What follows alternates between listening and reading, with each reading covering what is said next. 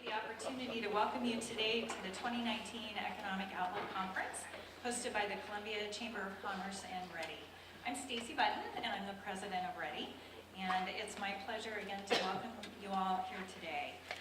This is the 14th annual Economic Outlook Conference. The Chamber and Ready certainly know that it's our responsibility to work together and foster a thriving local economy. We do that through proactive advocacy, continued growth, and responsible development. We have a wonderful program today, and we're really going to highlight the impact of workforce development as well as the importance of infrastructure to our region and across the state. So both of those directly affect our success in attracting and retaining businesses here in mid-Missouri. So our speakers and panelists today bring with them decades of experience and a wealth of knowledge, and hopefully you'll find a very meaningful discussion this afternoon. So before we begin today's program, I wanted to take a moment to thank our sponsors. The presenting sponsor is Williams Keepers. The location sponsor, of course, is Columbia College here in this auditorium. The mixer speaker is Veterans United Home Loans, and we have several gold sponsors: Boone Central Title Company, Columbia Board of Realtors, Cumulus Broadcasting, KRCG CBS 13, Missouri Orthopedic Institute, and Simon Oswald Architecture. So if you will, join me in giving our sponsors a round of applause.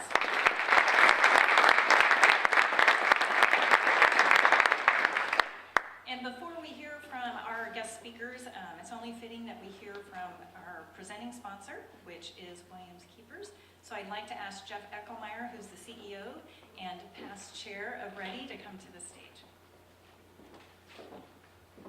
Thank you, Stacy. I think we've been involved as a presenting sponsor for about 14 years, so we are glad to be a part of this, and we appreciate the opportunity, and we're thankful for the other sponsors as well. If you don't know anything about Williams Keepers, we've been around about 95 years now. We have 55 CPAs. We have offices in Columbia and Jefferson City, and we offer all the traditional accounting services, but really are passionate about being trusted advisors and helping in our community, helping our business owners, and so this is a perfect fit for us. We're excited and proud of our past, but we're really excited about the opportunity of both where the firm's going and where our community is going as well. So we appreciate the opportunity to be involved. Thank you. All right, thank you, Jeff. We appreciate your continued sponsorship. Now I'd like to welcome to the podium Greg Steinhoff. He's a Vice President of Industry and Regulatory Relations at Veterans United.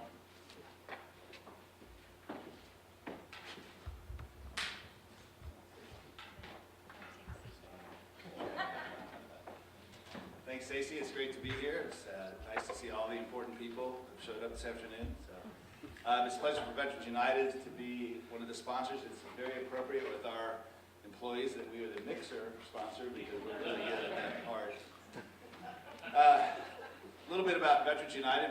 As many of you know, we've been a company that's been a great example of both entrepreneurship and what it's like to thrive in a community like Columbia.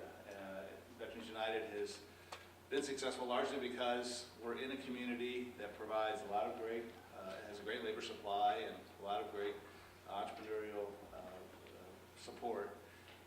But also, it's the size of the community that kind of feels like it owns a company. We feel like Columbia is our town, and it feels good to be able to give back to a community like Columbia. So we've had some great growth. As you know, many of you know, the company was started by a couple of brothers who graduated from Mizzou, and it's grown to now over 2,400 employees.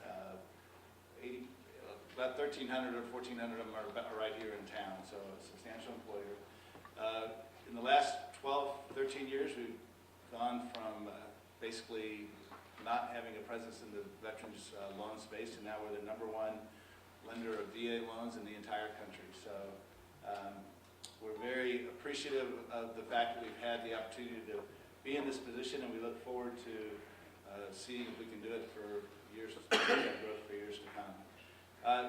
Last fall, we were trying to kind of determine what kind of an impact Veterans United specifically, but how the rest of the community was doing. We commissioned the university to help us with an economic impact study. And it was fascinating to see that Columbia is really thriving relative to other communities throughout the state. Columbia was actually the only community of the 4 metros that was outpacing the national GDP, the annual average national GDP.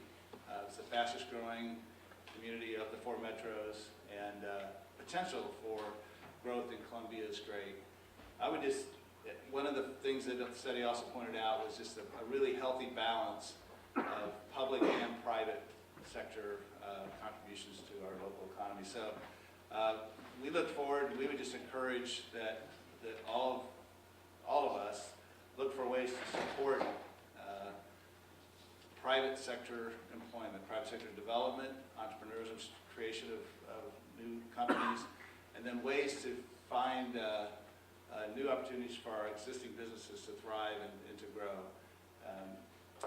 We've got a unique opportunity here, one that you don't see, particularly throughout the rest of the state, throughout the Midwest, and I think it's just something that all of us need to be aware that we have a chance to capitalize on right here. So anyhow, we appreciate the chance to be here today. Thanks to Williams Keepers. I didn't know, Jeff, you were a founding member 95 years ago. Thanks to Williams Keepers for sponsoring. We look forward to a great conference. Thank you. All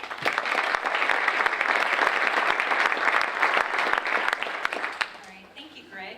And then last but not least, I'd like to welcome Dr. Scott Dalrymple to the stage, President of Columbia College, to say a few words.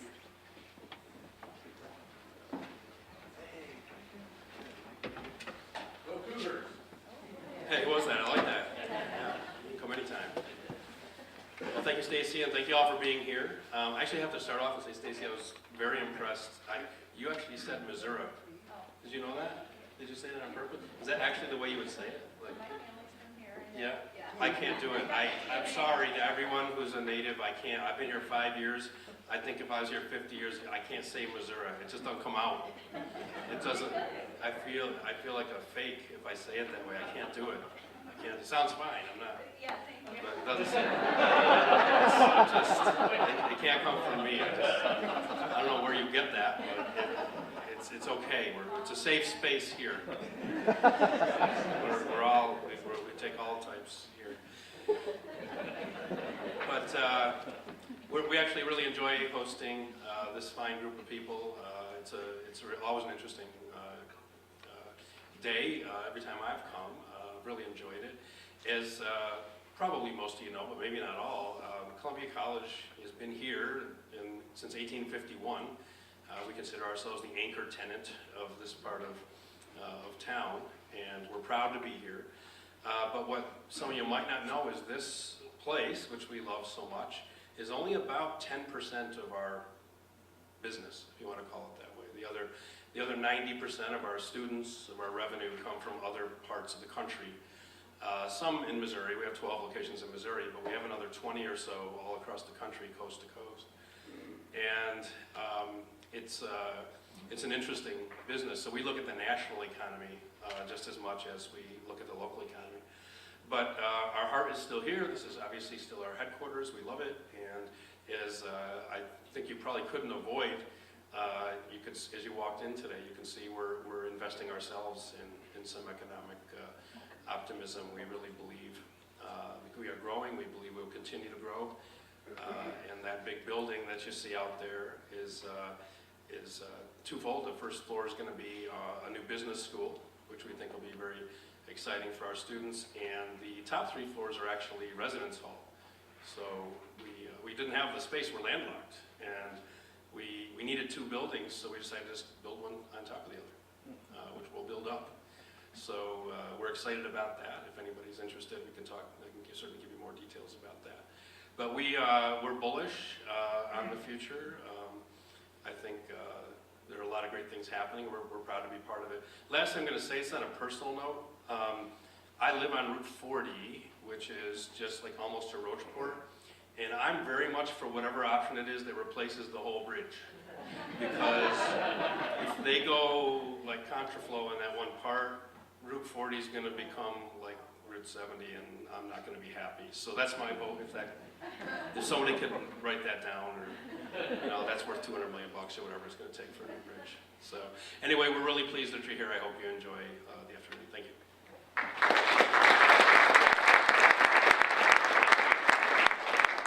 All right, thank you, Scott. Really appreciate your continued support of this and casting your vote for the bridge. So, we'll, so moving on to the next portion of this afternoon, it's my pleasure to welcome our first guest speaker today. It is Luke Holzschneider, and he's been with the Department of Economic Development for the state of Missouri now for over a decade. He's actually a Mid-Missouri native, and he's been serving as Deputy Director under Rob Dixon. He's held a lot of different positions in his tenure at DED, and his focus really has been on rural Missouri throughout the state. So with that, I'd like to welcome Luke to the podium and have him share with you some trends and data, I guess kind of a data dump, if you will, for the start of our panel discussion this afternoon. So Luke, why don't you come on up?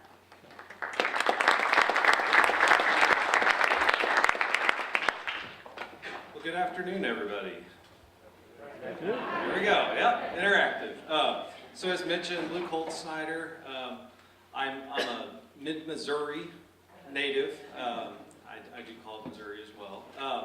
And like Stacy had mentioned, been with the department a little over 10 years. Actually came in just at the very tail end last week or two under Director Steinhoff. So good to see you, and a handful of others that have worked at the agency over the years as well in the audience. But you know, kind of before getting into some of the information I'm going to share with you guys this afternoon or this evening is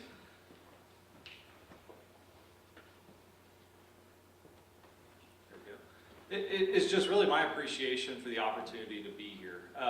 As mentioned, Director Dixon had some items to directly engage with this afternoon over at the Capitol. Very busy time in Jefferson City right now, and we've got a lot on the plate. So he apologizes. I know he was here at the last one.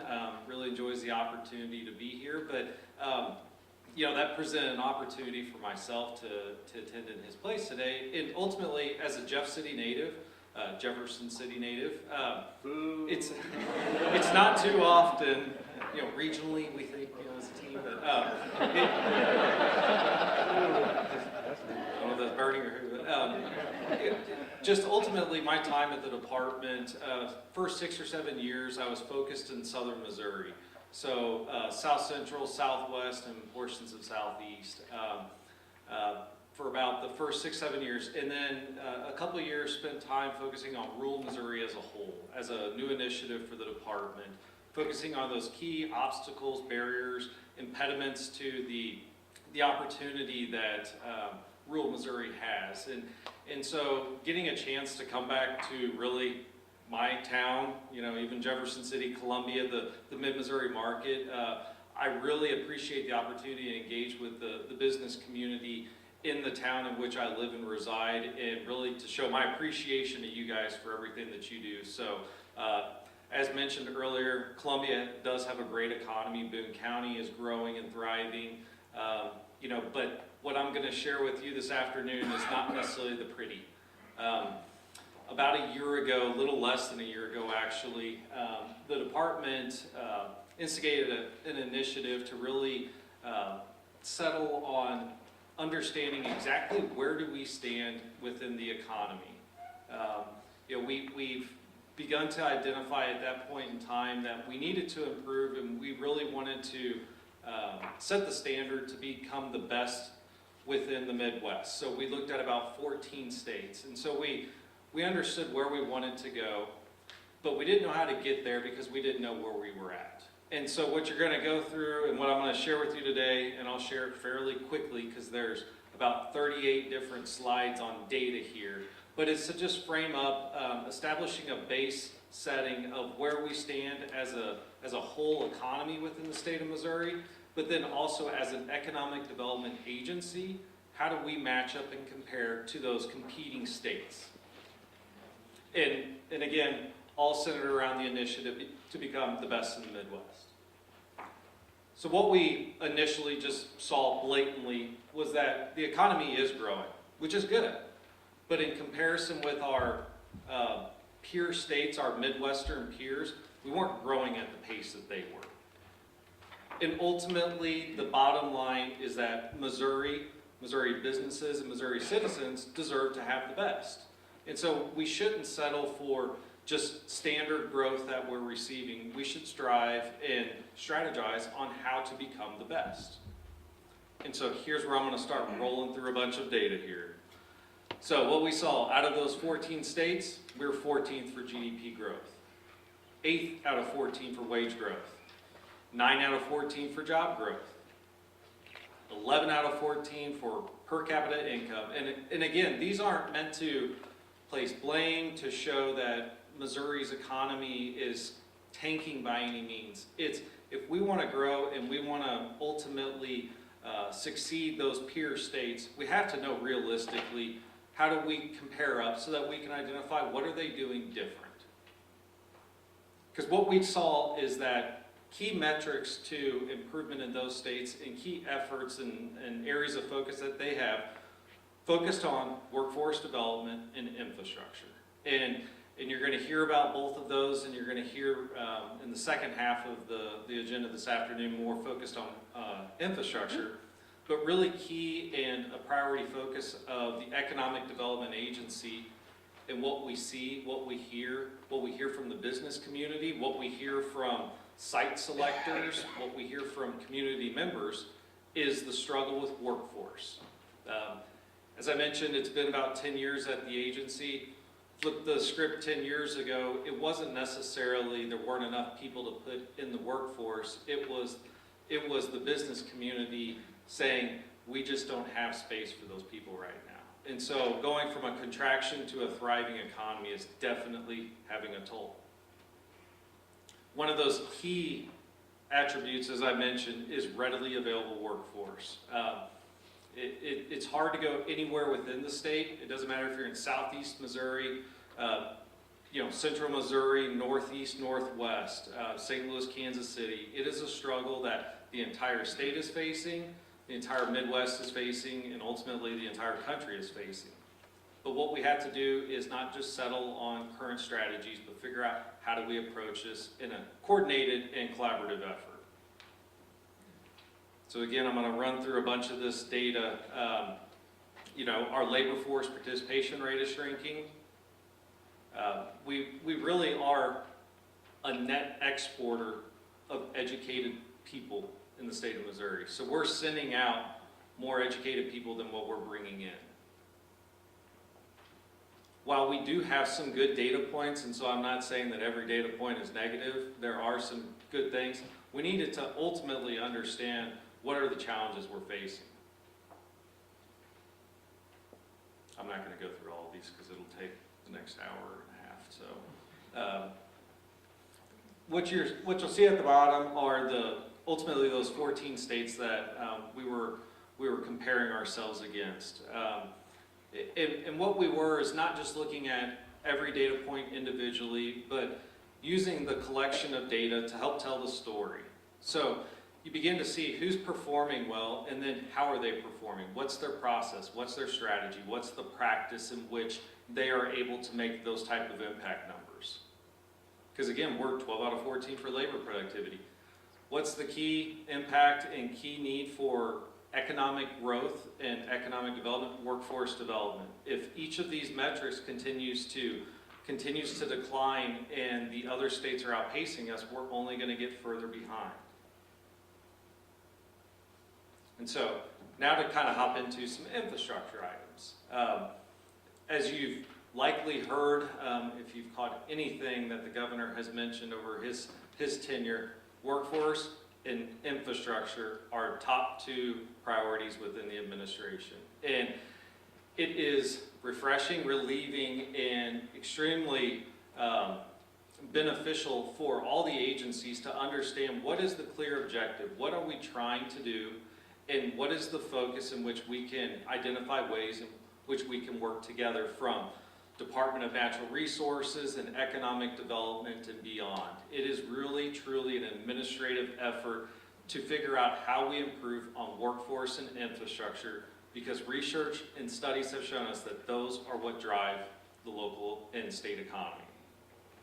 Sorry guys, I'm just getting past a cold, so a couple data points for you to look at there. I don't want to steal anything that you're going to hear from MoDOT here in a little bit, so we'll kind of move through some of the infrastructure slides and get to some of the, ultimately this is laying the groundwork for where we're at. What we're going to get to is ultimately, how do we get to become the best? What does the best look like? This one, I have to stop at this. So as I mentioned, my time in focusing on rural Missouri as a whole, the one thing, it didn't matter what part of the state, what community I went into. I would say there's plenty of communities that have good broadband access, but the vast majority that you would go into in majority of rural areas still do not have high-speed internet. They may have cellular service, they may have what equates to a dial-up speed, but could you just imagine those of you that live in Columbia or within the region that have access to high-quality, high-speed internet, could you imagine living your day-to-day or your family in the type of impact broadband has into everything we do now? How do those communities continue to be competitive? How do people still continue to live there and really grow those local economies through business, education, and other kind of social networks that they may have? It's a huge struggle that over 1.2 million Missourians are still fighting every day. So that was kind of Missouri's economy. We're struggling. We have some areas that we need to improve, but we needed to level set and put a base to where we're at today. When we looked at the department, and so we looked at those state economies, and then we looked at the economic development agencies. We can't change everything within the state. As economic development, there are many things at a macro level that are influenced and that we can focus to improve, but to do an action and see a consequence, not everything is that easy. But the things that we can control are the things that we do on a day-to-day basis. And so then we took a step to look at how are these peer states' economic development agencies, just like the one I'm employed with, how do they perform and what's their success level? Again, not the most pretty data in the world. We haven't done a strategic plan and effort in really since early into my tenure within the department. We had one, and that was close to 10 years ago when that wrapped up. Think back to 10 years ago. I don't know how popular an iPhone was, but I don't even know if it was existent. The Amazon, you look at the different pulls and pushes on the economy that have changed in that 10-year period, and we were still operating under an economic development plan that was generated at that time. We're a big agency, I can tell you that much. If that's good or bad, you don't know. But ultimately, we dominate out of the Midwest and really throughout the country as far as size of agency. And that's because we do more things than most economic development agencies. You can see on here, most of the peers, that they work on business attraction, they support existing businesses for expansion, minority development, and some community development. Some of them have an emphasis on workforce development. Whenever I mention workforce development, I'm more relating to the public workforce system, so working with the unemployed individuals. A few focus on tourism, housing, and barely any, if any, and none have the three of these bottom together, have really a core focus on a whole team on energy, utility regulation, arts and culture. So utility regulation being the Public Service Commission here in the state of Missouri. So that's why we are 865 people, and the average of the other Midwestern states, I'll get to it here in just a moment, is 154. So what we started to see, and the trend continues throughout the research, is they were corely focused and had a laser vision on growing the economy through business development. Business development is not an isolation of workforce development. Those two are truly economic development, workforce development, business development. They truly go hand in hand. but ultimately they woke up and they went to bed every day focused on those key attributes to grow the economy from the business development priority. So I say all of this, things are changing, things are going to change, and things should change. Unless we're happy with the information and the data that we're seeing and really how we rank and compare to those other Midwestern peers, we have to make some changes, and they have to be strategic. And we also shouldn't wait 10 years to do this again. We need a strategic plan and strategy that continues to evolve and change as different factors enter and exit the economy. So it should be a plan that's continuously being planned and revised. Some of the core concepts and framework of really the administration through the governor's priorities is three, what I'll say are the very core, easy to relate and understand conceptual pieces of framework. So increase the number of people in Missouri's workforce, make them more productive, and then be a competing to win attitude in state. If we can do those things, those three very large, broad buckets, those are ways that we are going to focus and improve our economy. There's very tactical ways within each of those, but we have to align within them. Here's just a quick, and I see that I've just got about 2 or 3 minutes left, so got close on the slides. You look within the governor's priorities. One of those is ultimately the efficient reorganization and alignment of state government. A big piece of that deals with the hard look we took within the Department of Economic Development. Over the years, we've created somewhat of a holding company as a department that, everything we do affects the economy. Maybe it should be within the Department of Economic Development. Through this effort, we also identified not just how do we become smaller and more focused, but how do we better align state government as a whole. And that's where you saw that there's certain ways to improve the strategic alignment within government. Sorry guys, I'm trying to wrap up here. But what it did was it looked at ways that we can better utilize, and there's more strategic advantage by certain agencies aligning with other departments within state government. It's not a pride thing that we need to be the largest. We need to be the most impactful and most productive in what we do. And if there's ways that aligning our agency affects positively others through their alignment, that's the way we're approaching it, and that's been the directive. Guiding themes, guiding principles, pillars of the new Department of Economic Development, and I'll leave it at this, is that we must be and we will be laser focused. We will have a focus on the customer. Right now, if you engage with the department, many times it feels like you're interacting with a program. So you call, you get to this program. What we need to be is a reflection of the customer experience. How do we help you strategize and solve problems and identify and access resources? Regionally targeted. Economies are very different. As I've mentioned, my time throughout the state, Southeast Missouri is very different than Northwest. Both rural, both very different economies. We shouldn't have a one-size-fits-all for the state of Missouri. We need to focus more regionally. Data-driven. We need to use technology and information that's at our fingertips to help guide our strategic decisions. We shouldn't wait 10 years. We should know how we're doing every day and be adjusting strategies to get to where we're trying to go. And the last one is really one team that, in my time there, I've really been able to see and take witness to the silos within our agency and how we operate. We have a lot of room to improve based on a tremendous amount of institutional knowledge and experiences that are there, but we can't get the impact we're trying to achieve if we work in silos. So really it will be a uniform effort throughout the department to approach economic development as one team, not by division. So with that, I'll turn it over.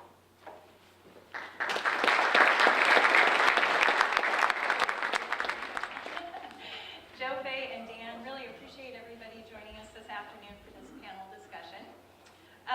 Wanted to start with Luke, actually. You just shared some of the statewide as well as regional trends for Missouri and the governor's agenda during your presentation. So I understand that you're coordinating workforce efforts between community colleges as well as businesses. So if you could talk a little bit about that. You bet. And so it's been a whole 10 seconds since Right. guys been there. But so as mentioned, workforce development being a key area of focus within the governor's priority and throughout the entire administration. It's really a focus on there's not a silver bullet, there's not a one solution, one size fits all workforce development.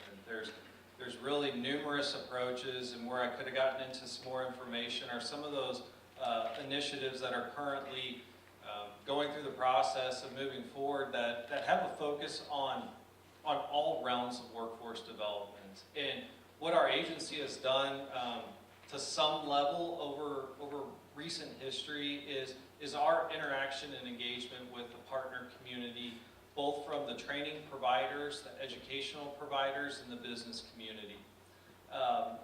But in time and in certain circumstances, there's been a disconnect on some of those. And really there's the interaction that both within a state agency that we have with an employer, within a training and educational provider, what they may be having with those going through the institution, and maybe the connection that they have on the business side. But we're really looking at how can we, through a collaborative effort, provide additional impact and value without really, a huge increase in need for resources. So the community colleges and local training institutes have been a core partner in economic development for some time, but really the impact and value of those relationships is only going to be exponentially greater moving forward. So, from a very general level, there's a ton going on with the community colleges and other training providers. And I will turn it over to Jo here momentarily to talk about her programs. To set the stage a little bit better, I actually wanted to ask Dan, you conducted a survey within the businesses, and I think you referred to it as the Workforce 2030 report. Can you share some highlights on that? As And then a we'll matter dive of deep. Thank you. So thank you very much for the opportunity. Workforce 2030 was a direct output of what we call Missouri 2030. And when we took a look at how we were doing as a state a few years ago, first take you back to 2008, economy craters, and we didn't get hurt that badly as an organization, but we took our hits, but then we started growing. And the board wanted to do something with the resources that we were bringing in to have an impact, a positive impact on the state. We call it Missouri 2030. We brought on a gentleman named Ted Abernathy to help us out with this. He had done the same thing in North Carolina. He had run a research triangle there and helped a couple other state chambers do a vision document like this. We also contracted with the Gallup organization to do a minimum of 1,000 surveys, one-on-one meetings with CEOs. And we ended up with 1,050 interviews and 20 visits with site selectors. So the data that we mined was pretty bulletproof. We took that to the legislature, to the gubernatorial candidates in 2016, and we wanted them to start talking about 2030. One thing that Ted Abernathy's outfit has, it's called Economic Leadership. It's his company, and they have access to hundreds of metrics so you can gauge how Missouri's doing, whether it's an ACT scores, export volume, state GDP, you name it. When we started this, three numbers popped out, 42, 43, and 39. We were 42nd in job creation from 04 to 14, 43rd in state GDP, and 39th in per capita income growth. And those are a lot of the numbers that Luke and his team have looked at and said, if these are okay, I go away, but if not, we got to do something to fix it. Not surprising, out of the Gallup survey, the number one thing came up as workforce. We've got the jobs, we can't find the talent base. And there's kind of a mismatch going on out there. About 70% of our kids that are seniors in high school will go on to college. About 75% of the jobs out there don't require a four-year degree. But it's a societal thing that we've got to try to break. Kind of say a lot of these mid-level jobs are very good. You won't end up in debt, and that's absolutely what the demand is out in the market. And so I think you'll probably hear from Jo about their approach to it, but the community colleges and the other two-year programs out there are mission critical if we're going to turn these numbers around. Great, that's a great segue. Joe, take the mic. We'd like to learn more about the programs that MACC is involved in, specific to workforce, and how you're coordinating your efforts with the area businesses as well to create the curriculum. Well, great. And everybody knows Columbia is a superior city as far as higher education goes, the amount that we have and the quality of it. And for a long time, MACC has also provided transfer programs to higher education. But it's only been fairly recently that we did start adding workforce programs into our Columbia site. And we find on a regular basis that we're talking to somebody and they're surprised that we actually do have workforce programs. So I am going to run down the gamut of them here now. We are right now pretty much limited in what we can do by the space that we have and the money that we have. On the other hand, we have had more and more businesses reaching out to us and talking to us about partnerships and being willing to be creative in what we do. So I'll tell you a little bit about those too. And I'm going to start out alphabetically here because I don't want to forget anything. But we have a strong business program offered here that people can take from the beginning to the end here in Columbia or online. And along with that, you can do an associate's degree in business management. You can also do an associate of applied science in accounting, which will either let somebody come in at an entry-level accounting job or let them do many other kinds of things. One of our most interesting programs right now is one that started soon after I came here, and that was because of Ready reaching out to us because 3M had gone to them and asked them for, they needed people trained in mechanical and electrical and computer skills, and wanted to know if anybody did that. Luckily, Ready reached out to us, and we were able to convene a group of other manufacturers in the city, and we quickly discovered that, yeah, everybody needed that. That's the new manufacturing. And so we were able to create that degree. It was me and plant managers and HR people from the manufacturing companies. And what I knew about manufacturing at the time was probably could fit in a teaspoon. But I listened and I wrote down, and they created the program for us. So it was what was needed in the community at the time. That program was named Mechatronics, and it has been highly successful. We started out 5 years ago with 5 students, and we're max.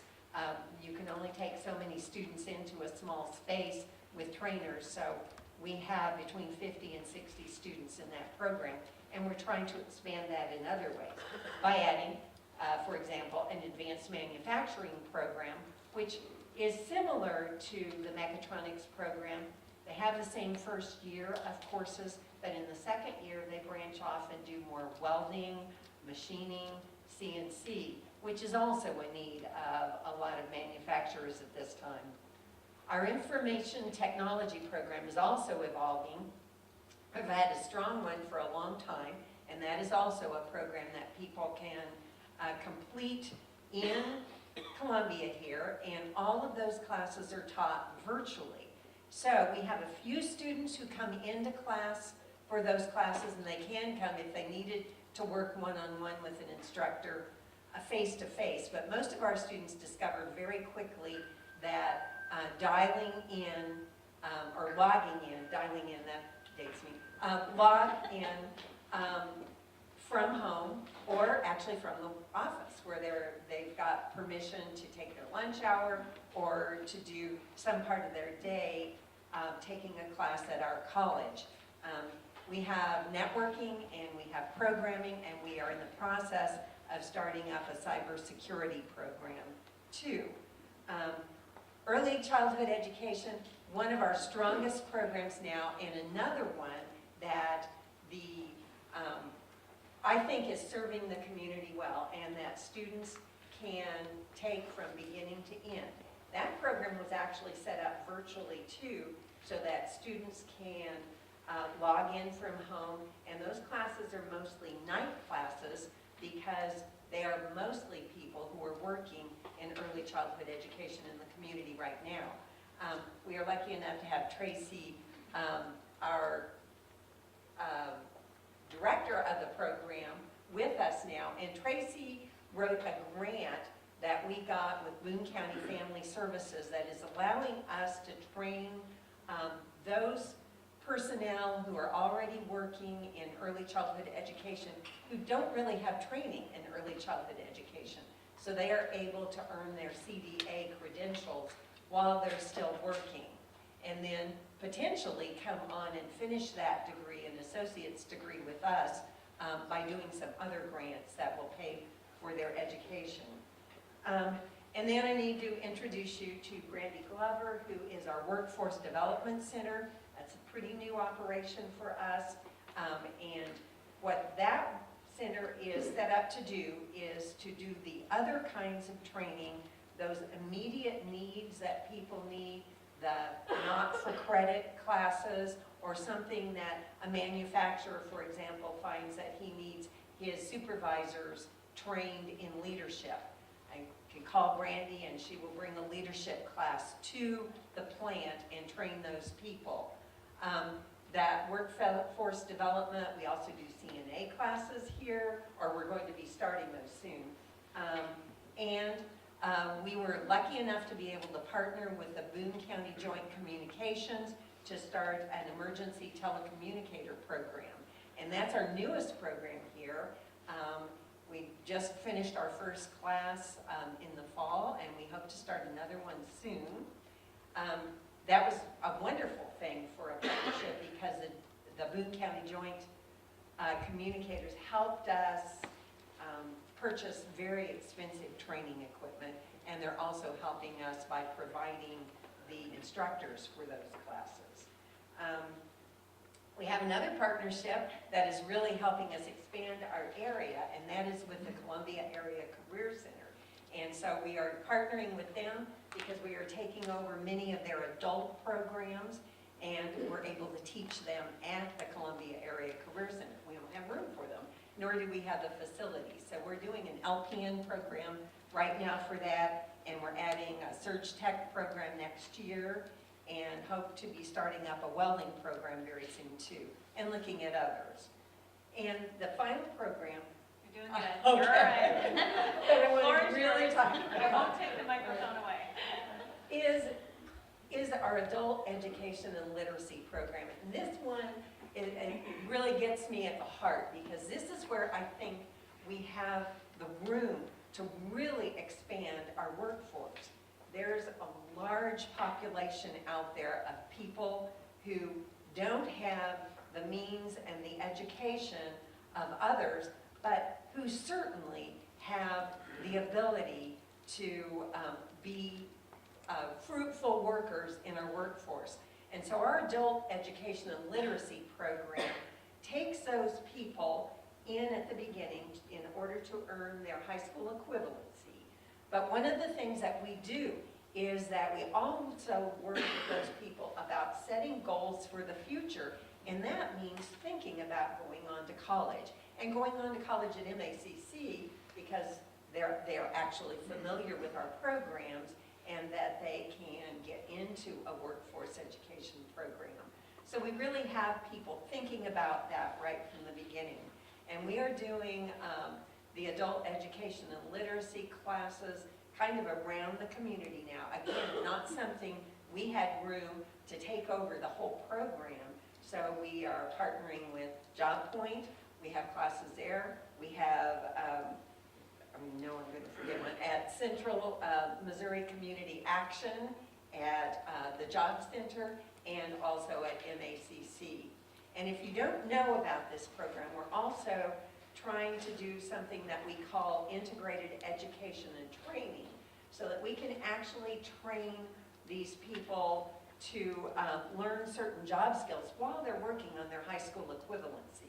So I'm really excited about that program, because that's what we're all about. We're all about taking people where they are and taking them to another level and keeping them. That's what education is all about. It's a lifetime learning kind of thing, and we hope to do the best for Columbia. That's awesome. Don't you love her passion and enthusiasm? Certainly, yeah, I speak selfishly, but really appreciate what you're doing for the community. Dan, I wanted to turn to you. You also have some opportunities that you wanted to speak about. In particular, your new Intern Connect program. Right, and kudos to Joe for going up and down the line, the whole spectrum of people that need some help to get skilled up and ready to go. One of the places where Missouri is actually a leader is for those serving time for nonviolent crimes, getting them certified with the skills so that when they come out, they can be a contributing factor in society and not risk recidivism at such a high rate that is typical. So we can be proud of some things we have going on in Missouri, but one of the stats that, about the only stat that Luke didn't mention, was the most alarming that we found when we started the whole 2030 project, and that was, you touched on it, but the age band of 24 to 44-year-olds, we're losing more in that segment than we're gaining or retaining. That's a death knell. That's probably the thing that we need to address the most, and it's by creating opportunities, having the programs to be able to participate in a skilled economy.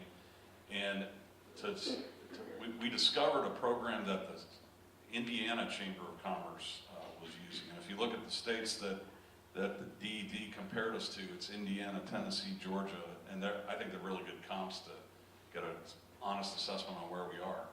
The Indiana Chamber had a program called InternNet, and it served as the portal between the business community and kids going through college and two-year programs. I call it connecting the supply and demand, because one of the things we discovered in the workforce space was that a simple conversation just wasn't occurring between what employers needed and what we were turning out in our education systems. But with InternNet in Indiana, they were very successful in creating that connection. Let me just lay some numbers on you. They had, and it's a live site, you can hit it right now and see and get the counts. But the last time I was on it, they had 7,752 employers posting internships on that. They have placed thousands of kids, and we, over the last year, negotiated a purchase of that program.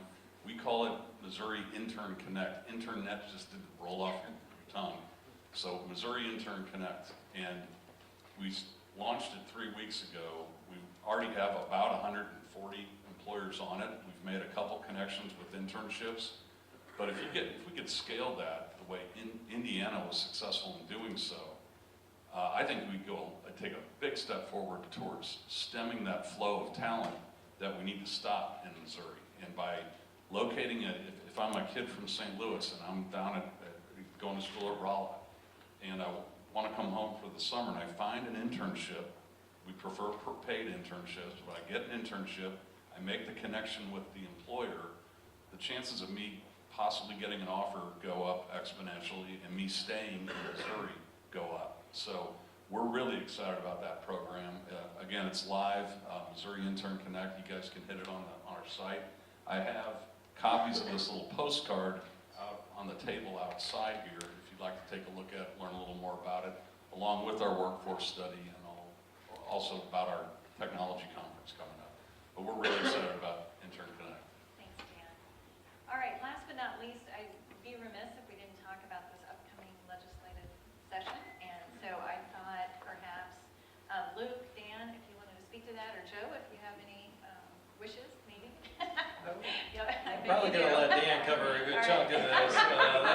That's his life over there. And you know, we do have, as mentioned, so really the priorities within the administration and kind of the new direction and new efforts within the different state agencies really focus on infrastructure and workforce development. So if you look at the governor's agenda and then you look at the department's agendas, you know, it's been really identifying what core needs and opportunities can we expand upon with the use of, you know, research and information that is building sound practices that are comparable to those southeastern states tend to be the ones that really dominate on the workforce development.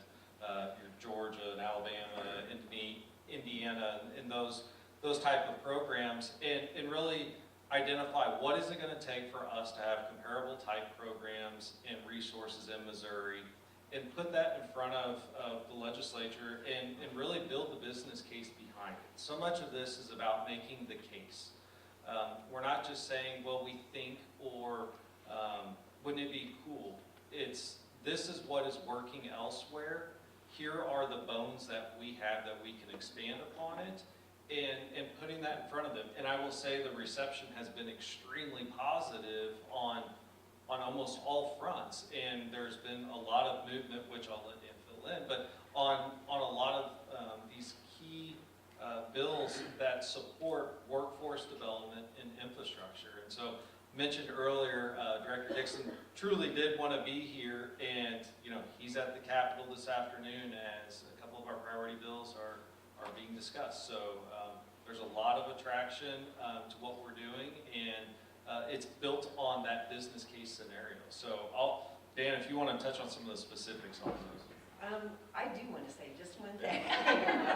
I just want to tell you about one of the initiatives from the governor was the Mo Excels, and that was a grant program providing millions of dollars to higher education in order to serve workforce needs. And we were lucky enough to partner with the Business Loop Group and with Columbia Area Career Center to write a proposal for a Mo Excels grant that would allow us to almost triple our mechatronics space and to create a maker space at the MACC site. And we're very excited about this. So if you know any legislators, go out and talk to them about it. That's a good pitch. Thanks, Joe. Well, so you heard the concepts that DED is pushing, and then you heard Joe talk about putting them in play. This is refreshing. And I got to first talk about the executive branch. This is my 23rd year as a lobbyist. Lobbyist before you start thinking about us in smoke-filled rooms passing money under the table. Change your mind, change your outlook. As a lobbyist, I'm someone you hire to protect you from the people that you elect. So, don't tell Caleb Rowden that.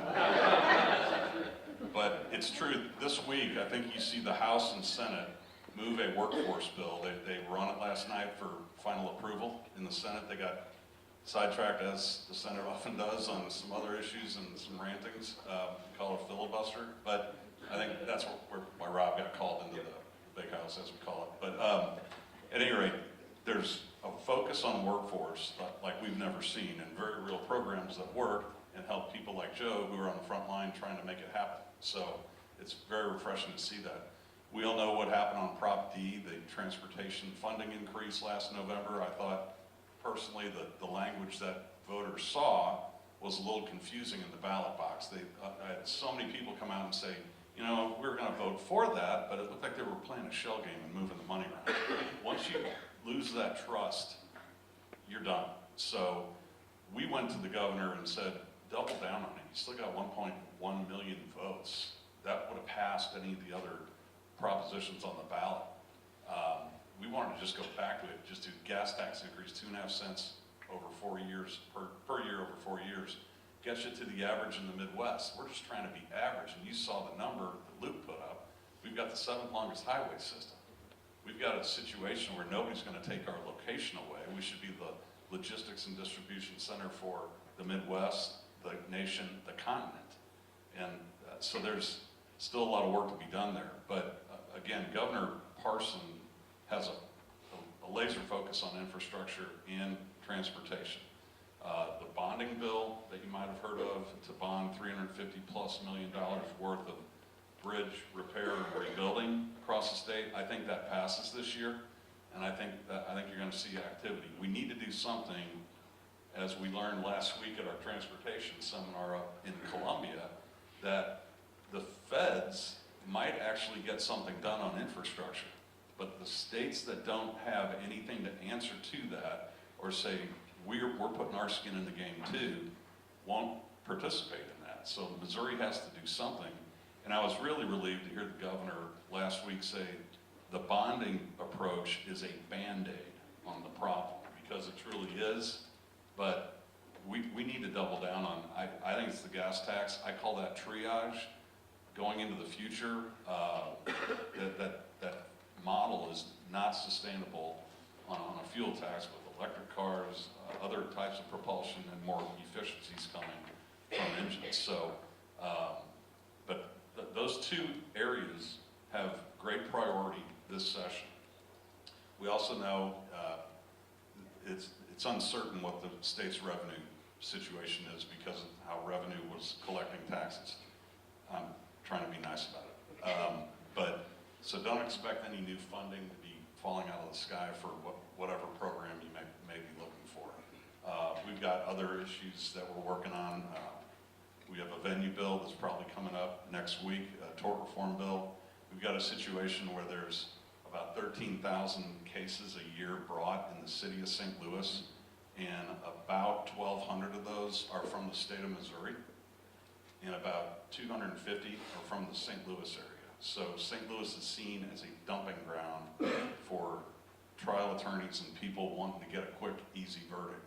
And we got to switch that around. Our venue and joinder bill will do that. We've got other issues in tort reform that we're working on as well. But I hold out great hope for infrastructure and for workforce action.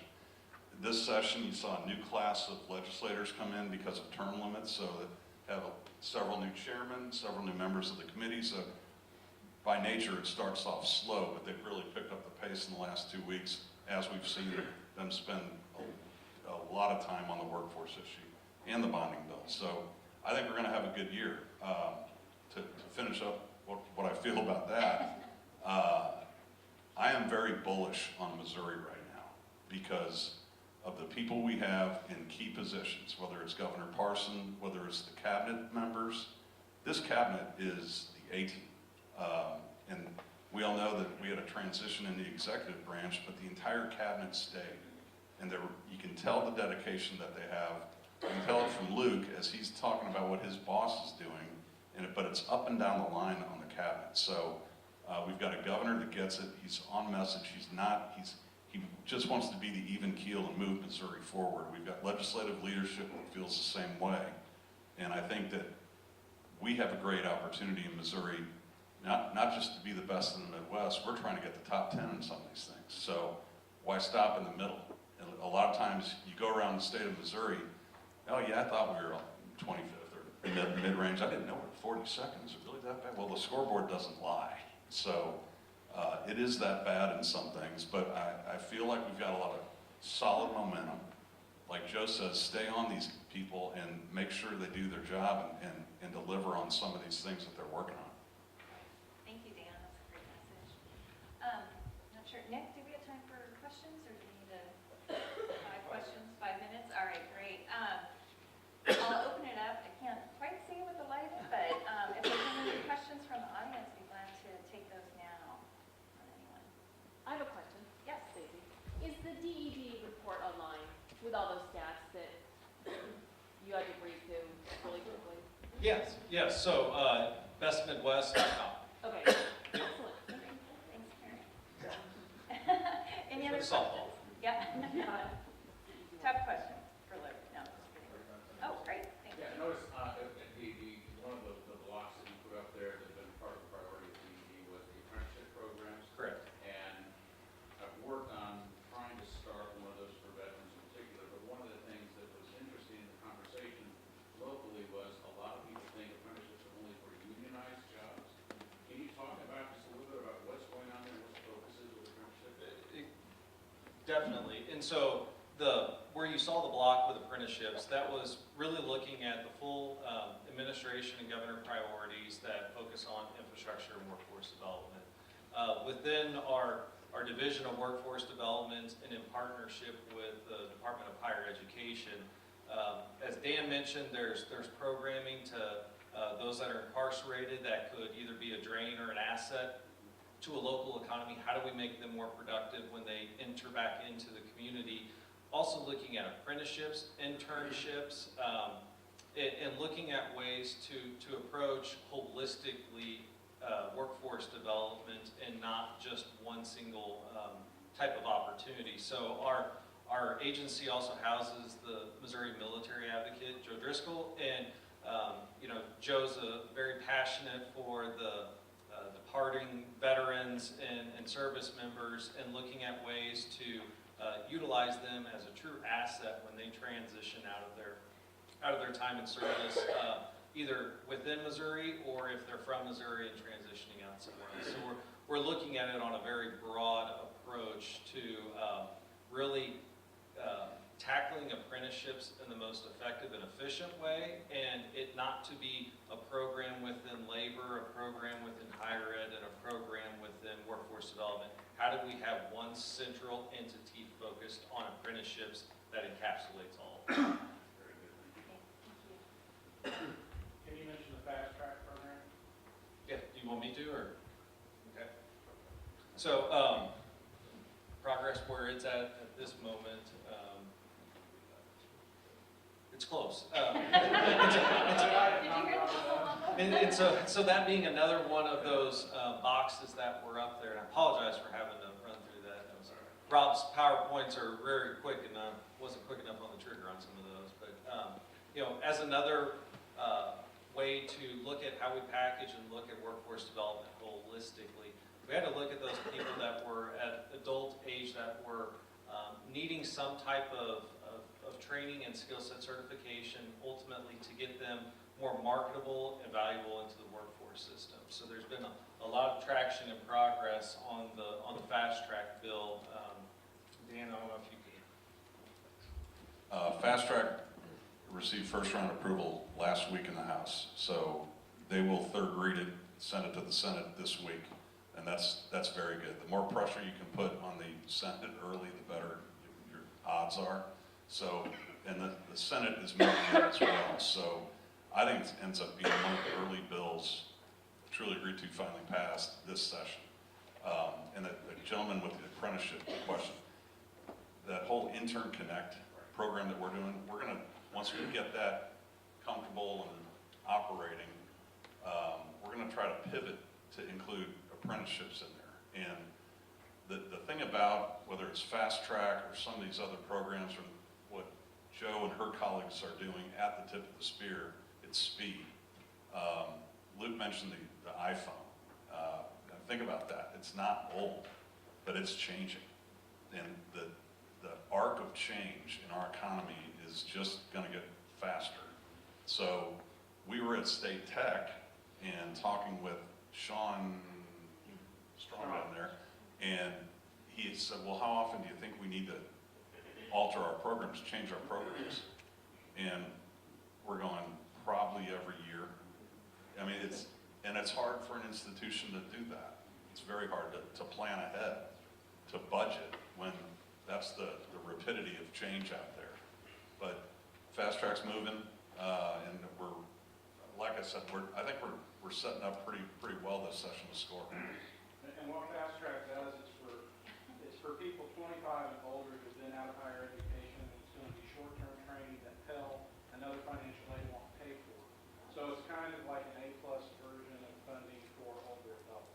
And so that people that are in the workforce need to be retrained. I mean, ask anybody out there now, do you think this is the last job you're going to have? And it's constantly changing. So the technology's coming into play, whether in computers or advanced manufacturing. So it's a constant retraining and skill honing that needs to happen. Fast Track gets you part of the way there. And just one last thing on that too. So if you step back to some of those guiding principles, it was how do you get more people in the workforce system? How do you get a higher productivity workforce as well? So those being two key things. And so it's that approach of if there's a gap in way we can approach that gap to make them either more productive or to get into the workforce system, to that pipeline, that's what we're looking at. So it's not just blow up everything that's in place and start new. How do we figure out how to mold a better workforce system based on what's currently there and revamping? All right, will everybody join me in thanking our panelists? The important part of that is that everybody's aware of the challenges and issues that we have with infrastructure and with transportation overall. So I'm going to reiterate some of what you've heard already. And ironically, the intern piece of it as well. While I was in high school, I worked at Williams Keepers, and then I went to University of Missouri-Columbia for engineering, and I worked at Williams Keepers there as an intern. So all the workforce development and the infrastructure discussion is right on. So I want to thank you all for the opportunity to be here today and appreciate you thinking of MoDOT as we are looking at economic development. Transportation is absolutely vital to our economy, and it truly does make a big difference. We have a great relationship with the City of Columbia and Boone County. Today we have our area engineer here, Mike Shute, who works very closely with the city and the counties in meeting all of our transportation needs for the local area. So overall, I think you guys are all aware, MoDOT has a huge transportation system, over 34,000 lane miles, and over 10,000 bridges. This is a $50 billion asset, and that is huge. In order to replace that asset in today's dollars, it would be roughly $125 billion. So you can imagine associated with that is a true need for funding. MoDOT Central District, which is where I'm located, and Mike as well, we serve the City of Columbia as well as 17 other counties, including Boone County. To the north of our district, we are a lot of agriculture and farming. To the south of our district, we have mining. We have a lot of unique challenges, specifically in our district located centrally in Missouri. We have the capital city, Jefferson City, which is unique in itself. We have two interstates, Interstate 44, Interstate 70, that run through our district. And for us, we make up about 5,200 lane miles. Another thing is SEC football. We do a lot of collaboration with the city, with the university, on traffic management, litter control. It really does create an opportunity and as well as many challenges. So, I know this has been mentioned earlier, Proposition D. This was unfortunately not successful, and you can see again, as was referenced earlier, it was a no vote of about 54%. However, I do want to thank Boone County, because Boone County supported the Proposition D. Your percentage in favor of it was 55.8% to 44.1%. So with this defeat, we will continue with our 17-cent state fuel tax, and unfortunately, we will continue to focus on taking care of our existing system and asset management. The opportunity for expansion type projects is just completely off the table. We just do not have the funding to move forward to do the expansion work that we would love to be doing. We are very fortunate, which has been mentioned a couple times as well earlier by Dan, the focus on the bridge program.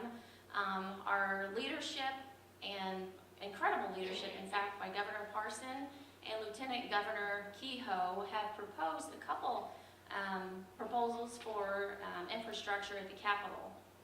This was referenced as well earlier, but to quote the governor, infrastructure and workforce development is what will make Missouri competitive. If we want business to take Missouri seriously, Missouri needs a strong workforce and an infrastructure that gets people moving and goods moving efficiently. So one of the proposals that was completely led by the governor, to be honest, when I heard the state of the state at home in the evening and heard mention of this by the governor, I was completely surprised as well. But how fortunate are we to have the leadership that we have with our governor and to have infrastructure at the legislation so early in the process. So the proposal itself is 250 bridges that are already identified in our statewide transportation improvement program to offer $30 million a year from general revenue over a 15-year period to be bonded for advanced construction of those bridges that are already identified.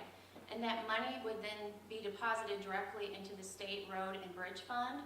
So that means that those dollars are strictly dedicated to the road and bridge and cannot be used for any other means. So the governor has been very passionate about it. In fact, last week I had the opportunity in our district, he visited a bridge out in St. James. Governor Parsons went below the bridge. He visited with our district engineer, our bridge engineer, and went under the bridge. He looked at the crumbling infrastructure, the concrete, the steel that was corroding, and he said he wants to be out and see what the real need is so he knows exactly what it is that he's talking about. He has made several visits throughout our state looking at many bridges, and so we're just very fortunate that he is really pushing and promoting this opportunity. I understand that the Senate committee voted 6-0 in favor of Proposition, I wish it was Proposition D, of the focus on the bridge last week, and it may be on the Senate floor for debate as early as this week. So in line with what Dan was saying earlier, there's some really optimistic movement that is taking place, and we're very hopeful that this will be an opportunity for additional funding. Another piece of it as well is the cost share program, and MoDOT already has the cost share program in place where we work with our local counties and cities to address local needs that they want to put dollars towards. And the governor is proposing to add an additional $50 million to that program. So we're hopeful again that that'll be an opportunity for additional funding. So one of the big topics, even a picture on the front when I walked into the conference, everybody here can totally relate to the Roachport Bridge. This is a huge challenge for not only for MoDOT but for the whole nation.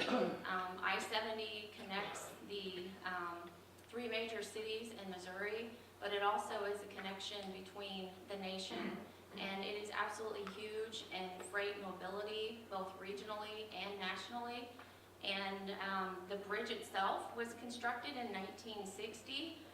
On average daily, the traffic volume is 34,000 cars a day, and that does include about 10,000 trucks.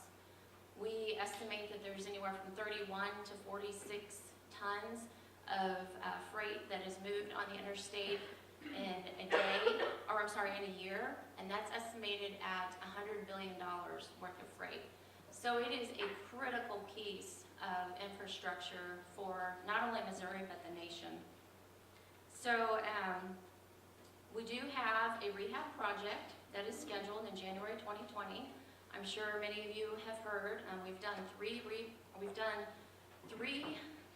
rehab projects already, and the next one will be January 2020.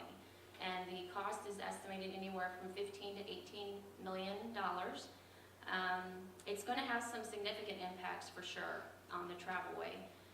We have tried to prolong this as long as we can, but it's absolutely coming down to the last leg. The structure itself is still safe. However, we need to do some repairs to prolong it for at least another 10 years. The replacement itself is not scheduled for another 10 years.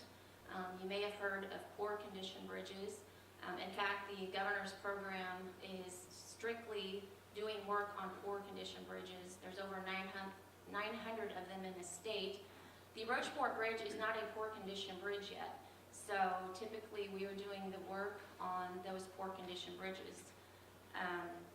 Unfortunately, with the failure of Proposition D, we do not have the funding to move forward with the replacement.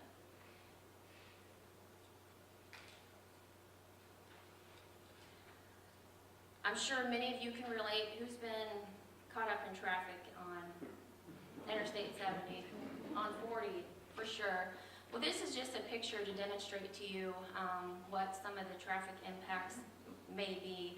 We do know from a emergency bridge repair that was done in the spring of 2017 that we had, in the eastbound direction, we had one lane closure, and that traffic was backed up anywhere from 8 to 9 miles, about a 2.5 to 3 hour delay during some of the peak travel time. And this picture is an incident that occurred in October of an accident on the bridge. You can see where the Roachport Bridge is, and then looking to your east, to the right, towards Columbia, the red lines and the orange lines indicate the congestion that is taking place. You can also see all the way through Booneville the congestion that's taking place. This incident occurred about 4:30 in the afternoon, which of course is right during the peak travel time, and the traffic was backed up to Columbia at 6 p.m. and you can see some of it's even going through Stadium. Later modeling showed that it made it all the way to Broadway on Stadium Boulevard. And then the traffic in Booneville itself did not clear out until about 8 p.m. that evening. So it is definitely a concern going forward. We estimate with the traffic modeling that it'll be anywhere from a 3 to 8 hour delay, 25 miles, which is 8 miles short of Kingdom City. So MoDOT's message going forward is, number one, awareness. To get the information out as soon as we can. If we have a rehab project that is going to take place in January, we want to get the message out as soon as possible for the freight industry for sure to be able to plan ahead. You can see here, again, 70 is a interconnectivity nationwide, but other alternatives to avoid any of the traffic impacts. We anticipate a lot of traffic will go north to Iowa on Interstate 80, and they can also do I-44 in Missouri, and then even do Interstate 40 in Arkansas. So we have met with many just impacted businesses in Columbia. We intend to do more of that communication with many of those businesses to, again, bring awareness to them. But another piece of this that we're looking at is an opportunity to seek any federal funding that we can to do a replacement instead of a rehabilitation.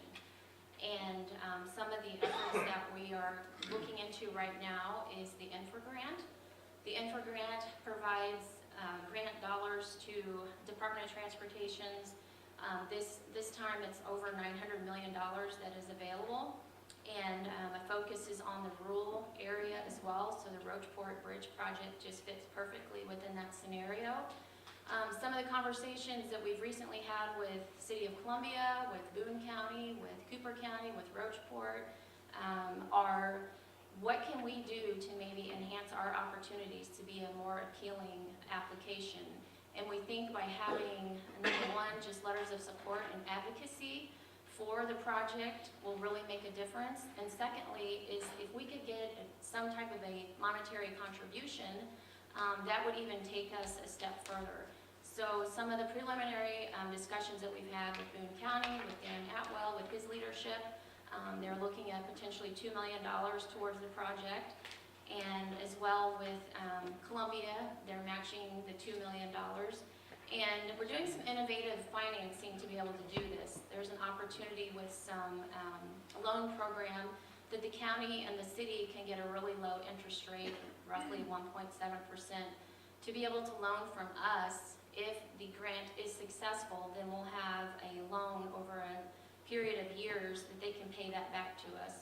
But we really feel the economic impact that this project will have on the economy in central Missouri with travel, with the university, with the hospital. I'm sure many of you saw Mayor Teresa's reference that University Hospital anticipates 14,000 to 16,000 patients that would not even come to central Missouri, to Columbia, and just stay in St. Louis and Kansas City.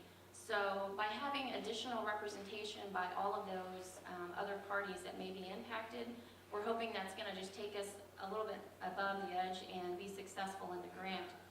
So another piece of this is MoDOT's match for the grant. Generally, the more money you have as a match toward the grant, the more successful you will be. And so we are taking the 250 bridge program, which is $351 million, as a match and contribution from the state level towards the grant itself. So taking the $351 million plus the money that we would use on the rehab, plus the other dollars that we'll have, we're gonna have a really good contribution or match, close to 60-ish%. So again, that'll make us even more appealing. The grant itself is due March the 4th, so we are working very actively to get that information all filled out. And then we probably won't hear officially until sometime anywhere from October to December. It's tend to be a little bit later in the years past that we haven't heard, so we're anticipating it could be as late as Christmas time before we hear. So we have to move forward with the rehab job, and that's our intentions. We've hired a consultant to do a study for what the rehabilitation needs would be, and you will be hearing more and more about it in the community over the next several months. So what else is going on at MoDOT? We are working on our statewide transportation improvement program. Every year we do an update to that for the 5-year STIP, and so we are heavily in that process as well. The draft STIP will go to the commission in May and be final in July. As part of that, again, area engineer works with all of our planning partners to identify what are the needs in this area specifically that we need to identify as projects in the STIP.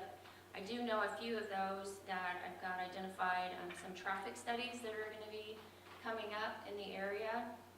I-70 west to Business Loop 70, where the bridge itself is, I think, the only poor condition bridge on the interstate. And we are considering whether or not that bridge needs to stay open. Do we replace that bridge, or is there an opportunity to close that bridge?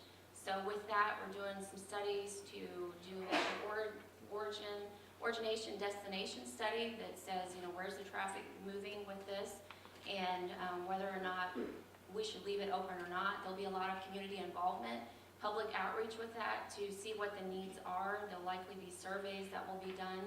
So more to come with that as well. The AC interchange off 63, we noticed the traffic congestion there continues to get worse and worse. At times, the traffic comes off the ramp onto 63, and so we have found that it's very important that we move forward to at least study the needs for transportation at that location. We do not have any money identified in the STIP for improvements, but we are moving forward with scoping and at least identifying what the issues are at that location. Also, we're doing a study on Boone 63 from Route H all the way to Callaway County and Highway 54. There are a lot of locations with at-grade intersections that have many accidents that we want to determine, is there improvements that we can be doing there, very similar to the J-turns that you see throughout some of that area. Are there other improvements that we can be doing to help minimize some of those crashes that we see there frequently? One of the items that's also unique with the STIP this year compared to years past, we are going to have in the STIP projects that are identified as conditional projects. The federal funding level for the FAST Act, which is what we call it, federal funding, is set to expire in September of 2020. So depending on where things shake out at the federal level, we want to be prepared to, we fully anticipate that the money's going to be there, but there's always an option that it may not be there. So we're going to have kind of a version of the STIP that identifies some of the conditional projects as well. The anticipated projected amount, the projects that the dollar amount for contract awards could drop from 2021 through 2025 could be roughly a $330 million decline. So that is a huge hit, and we need to be prepared to identify what some of those projects are that we may not be able to do. We will be working with our planning partners again to walk through those projects and identify which ones should be conditional in the STIP. And last but not least is safety. And I was glad to hear last night at the city council meeting that there was a resolution supporting some of the legislative agendas at the Capitol for the no texting ban. Missouri is one of 3 states that does not have a all texting ban: Missouri, Arizona, and Montana. And so we continue to push and promote an opportunity for a no texting law. There has been several bills filed that I know of, and there is some movement that's taking place at the Capitol. But in the meantime, we're going to continue to educate and promote as MoDOT. And I'm sure many of you have heard of the Buckle Up Phone Down program. I know some of you, the businesses, have probably already taken the pledge. We've got close to, I think, 6,500 now between individuals as well as businesses that have taken the challenge. You can go out to www.modot.org and take the challenge. The statistics are very telling. 932 people in 2017 that died in traffic crashes. And unfortunately, 68% of those were unbuckled. So it's very simple. When you get in the vehicle, buckle up, put your phone down, and it can make all the difference in the world. So I want to thank you. I know that our relationship with the City of Boone or the City of Columbia and Boone County, again, is very good. And we've got a lot of area needs that we need to focus on, and if we continue to work together and collaborate, I think we can really make a difference. Bridge topic, since it's our background. And Dan and Justin, do you want to lead off with sharing your thoughts on where we sit and what options and consequences are in front of us on the bridge? Oh, thank you. First of all, I'd like to compliment MoDOT. We are very fortunate to have the great people to work with from MoDOT, and we have regular occasions to sit down and try to plan things that are important to the county and the communities in the county. They're always willing to listen and help in ways that are sometimes surprising. So thank you. The bridge. Well, in the 7 years that I've been with county government, I'm not sure that there's anything that's come along that's more important than this. And there are several reasons why. I mean, we all know that everyone uses Interstate 70, but think about it a little deeper. Everything we get at the grocery store basically comes from Interstate 70. There may be some from Highway 63, but most of these things come from east or west. And all the medical supplies that we get. There are a lot of people in Boone County that work in Boone County but live in other counties. And there's a lot of traffic that comes across the bridge every day for people that are working in Columbia and other places in Boone County. It just goes on and on and on. That's why the significance of this is hard to grasp.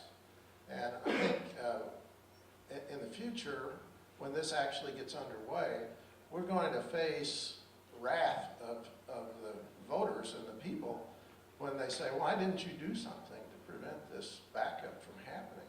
And, also the Convention and Visitors Bureau has an interest in this.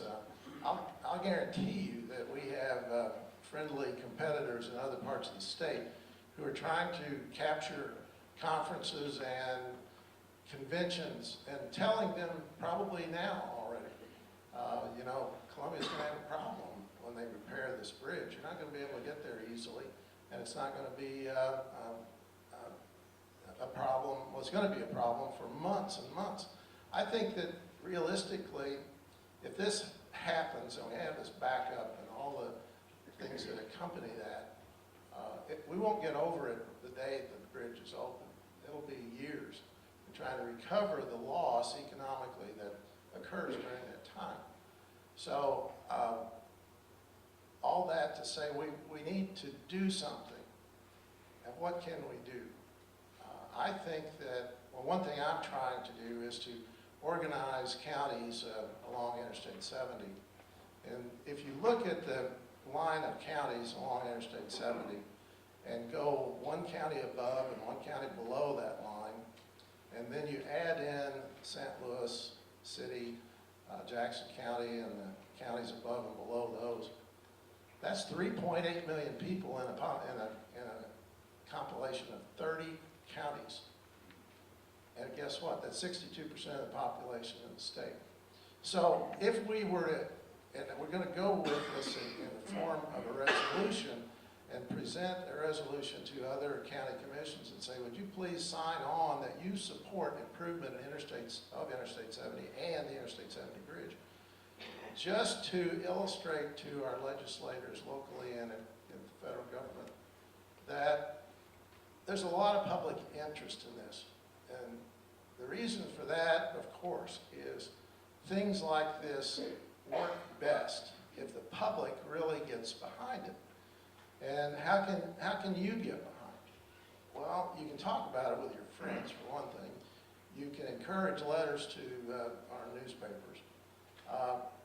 But anything you can think of that would be beneficial to the cause, and I think it is a cause, that we've got to get going quickly to make this happen. It's not easy. This is not going to be easy. We just had a presentation about how it could work, and I hope that can work. But I think you'll agree, this is a very, very difficult project to bring through to an end reality. And everyone needs to get on board with that. We need all kinds of publicity. We need the other counties involved, and hopefully we can persuade our important federal legislators that they should get behind this. And having gone with the Chamber of Commerce to Washington, D.C. last year and talked to our legislators, I know they aren't naturally inclined to say, what do you need? They do not offer you a blank check. And I think we've got to do something to make that happen. Thanks, Dan. Justin? So I look at it from a different perspective a little bit. I look at it from kicking the can down the road, so to speak.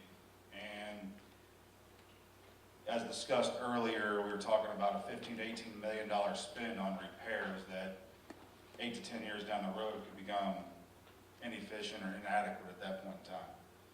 So I'm a realist. I would rather go spend the $200+ million, let's call it $250 million today, get the final part we need for the longevity of that bridge. Because today's dollars, even at $240, $250 million, we're talking 8 to 10 years down the road when it has to be done. We're probably talking that number is going to be 350 or 400 million. Let's just be honest.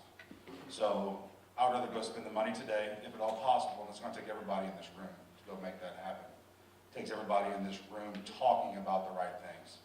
From the speech that was, the introduction was done a minute ago, to every banker, every leader, every community advisor in this room, to talk up and down the 70 corridor, which Commissioner Atwell alluded to. I think that's where it all starts. I'm going to go down a different avenue, that this is not just about this project. This is about the community, or the communities that are going to be impacted by this.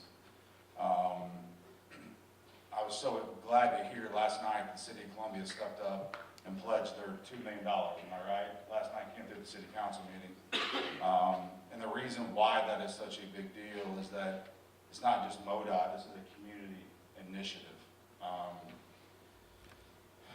In saying that, if everybody goes down that path, gets involved, and we get the infra grant, and we possibly get fortunate to get this done, this project can get done timely, and effectively, and efficiently.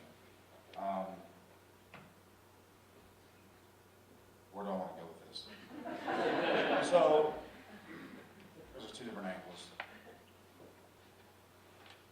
The community impact, the money that we're putting up today, and the communities that could put up money now, with doing the bridge correctly now and up front, they will get that money back by this project being done in the community.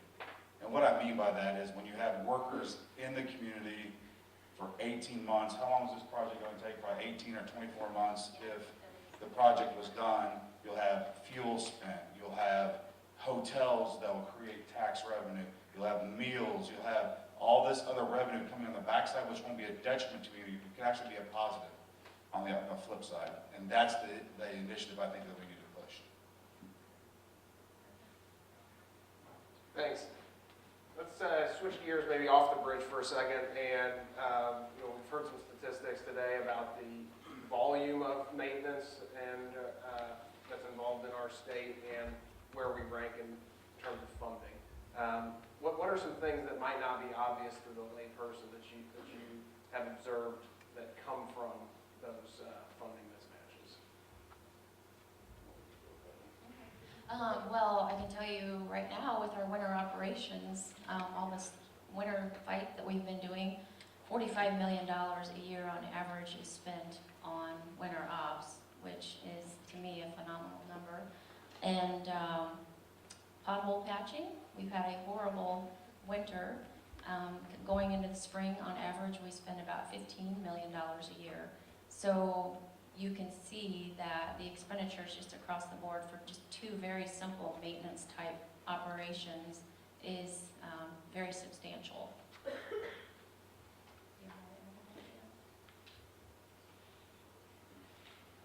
Well, it seems like potholes really just appear very quickly this time of year. If you notice, most of those potholes are on state roads. I'm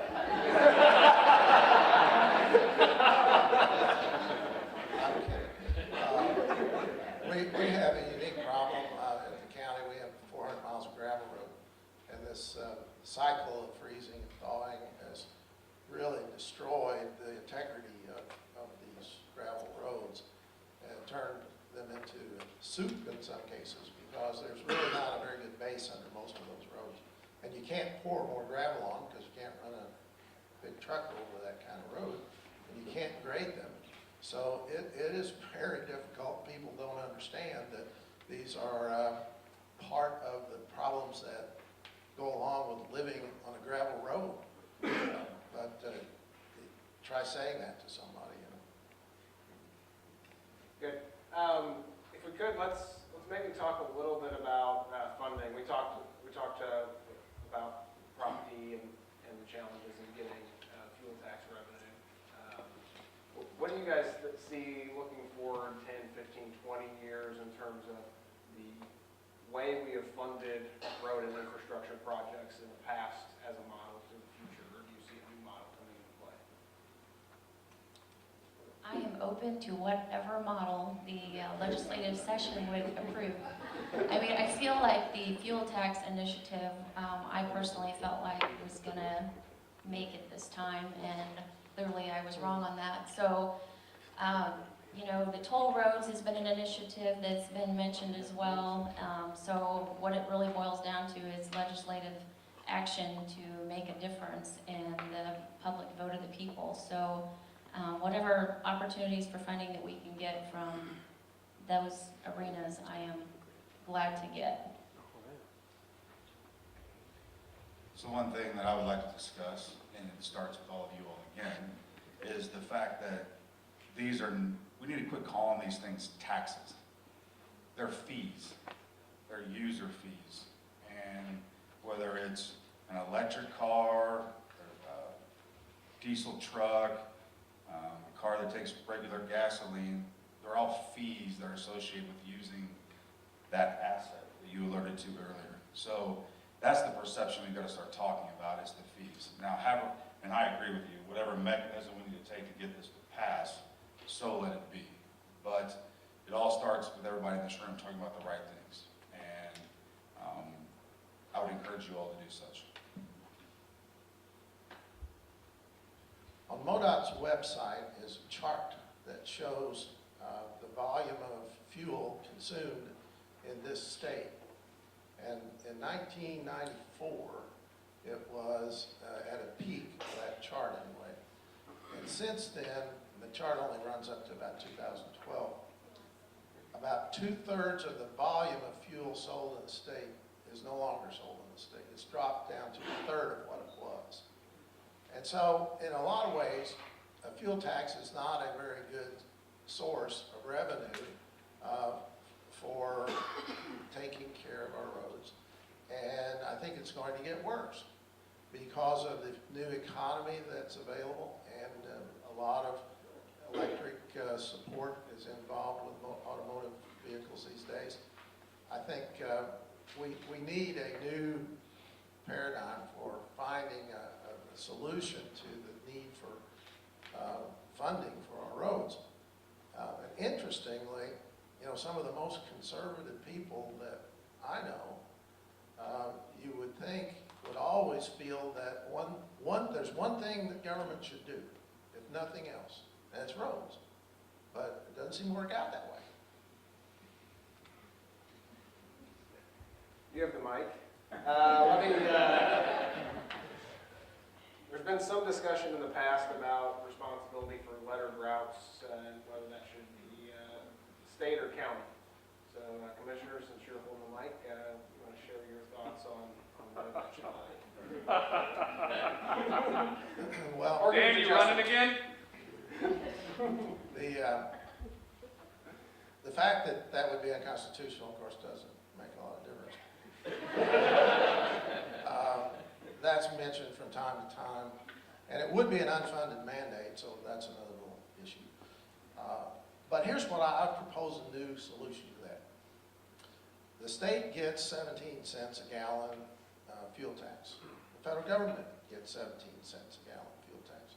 If you will give the county 34 cents a gallon for every gallon of fuel that's sold in just this county, I think we could take those roads.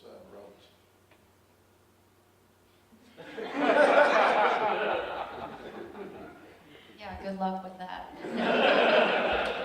No, I would completely defer to Dan on this because the resource needs for all of those additional roads would be a challenge for the counties. They don't have near the equipment and the staffing, so that would be a piece of it that would all have to be looked at and shifted, and so many challenges with that proposal.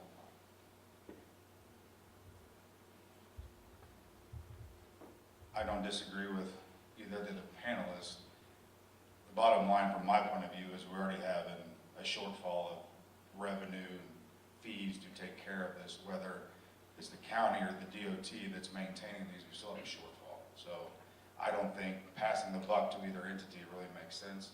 We need to go back to the root of the problem and get it corrected at the ballots to make this thing happen. I mean, that's the bottom line. We talked a little bit about some of the messaging challenges related to the bridge. Kind of looking back post-mortem on last fall's vote, where do you see the messaging challenges from road funding, whether it's expressing it as a tax versus a user fee, or what things can people in this room do to help increase awareness for how important the funding issue is for our state?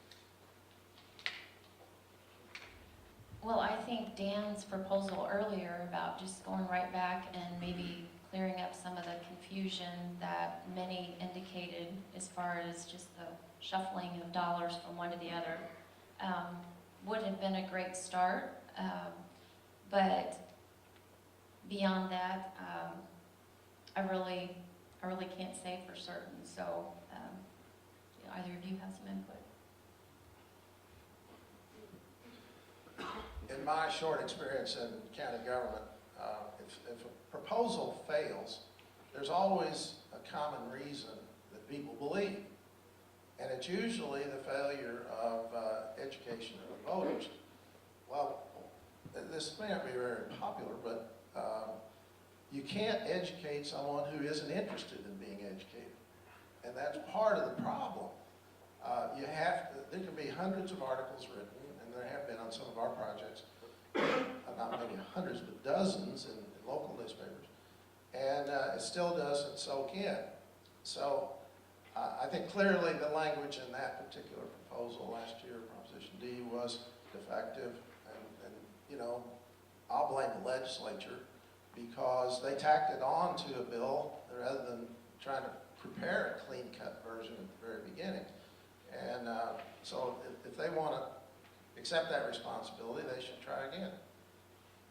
Good. Anybody else have anything you want to say before we throw it open to panel, or throw it open to the audience for questions? All right. 2 questions. I'm told we have time for 2 questions.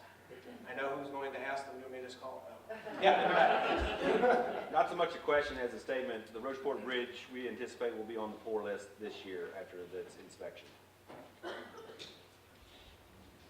I don't know whether to count that as one of the two questions or not. We'll see. We'll see who else raises their hands. If we have two more, then we'll not count it. Any other questions for our distinguished panel here? I'm looking into God. Yes. Just want to mention that I remember in '93 when I was going backpacking, we went across this bridge and we went through that bottoms area where they had the concrete walls and sandbags on top of them, and you couldn't cross from north to south anywhere between St. Louis and Kansas City. That was an awful feeling. And if we can't get from the one side of the state to the other, that's even worse. You have questions? Yes. I would just, again, it's more of a statement, but it would be important. I moved here from Minnesota 3 years ago, also a land of many rivers and water. I also witnessed the collapse of the I-35 bridge. The community in Minneapolis, St. Paul came together like I've never seen before in support of that tragedy. I would not want to see that happen here. It would be more important for the community to come together in advance of anything like that happening and take care of this problem than having to take care of it after. That's just a statement. Yes. Commissioner Atwell, by the way, hello, Joan is a new business reporter with Columbia Tribune.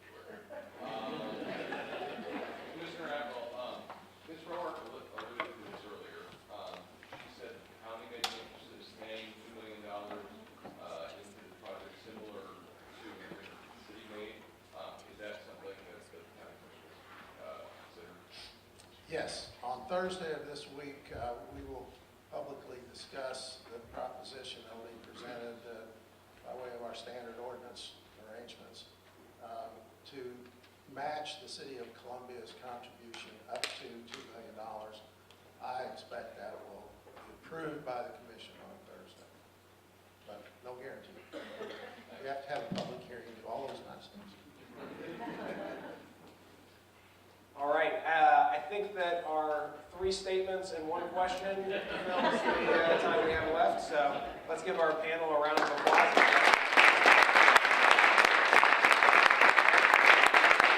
Susan knows what she's supposed to do. So I'm going to turn my mic off. All right.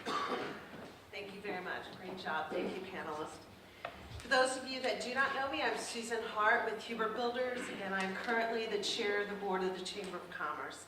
I hope you've enjoyed the event today, and I thank you for participating. I know personally this is one of my favorite events that we do at the Chamber. The Chamber and Ready both understand that there are numerous factors that impact our economic community and our regional economy, and I hope that this event today provided some clarity for our business community at large. Especially, I think, the Rocheport Bridge. Those of you that know me know that I believe firmly there will be competition in the state from other metropolitan communities for those dollars. And you know who I know those will be. And we need to make our voices heard, and especially with our federal senators. So this is a call to action, please. If you firmly believe in this, let's all get behind it and do that, because we will be in competition for funding. And we all have heard today and stressed how important this is. I am also especially excited to hear, and I've been pleased with the leadership we have at the state level on how they're focused on issues of workforce development and workforce development in our infrastructure. I think that's very important, and I hope our community and our region will focus on those ideas also. I remember 10 years ago, I was in a construction industry meeting, and the state individual working with work comp made the sad fact that the average age of the construction worker in Missouri was 47 years old. That is at the end of the work life of a construction industry. So our construction industry has worked on that and tried to do things, but it's been hard in a silo to do that. So I'm excited that the workforce development is being focused on at a state level. So thank you very much for listening today, and I hope that you can bring back some of those ideas into your business and your circles of influence.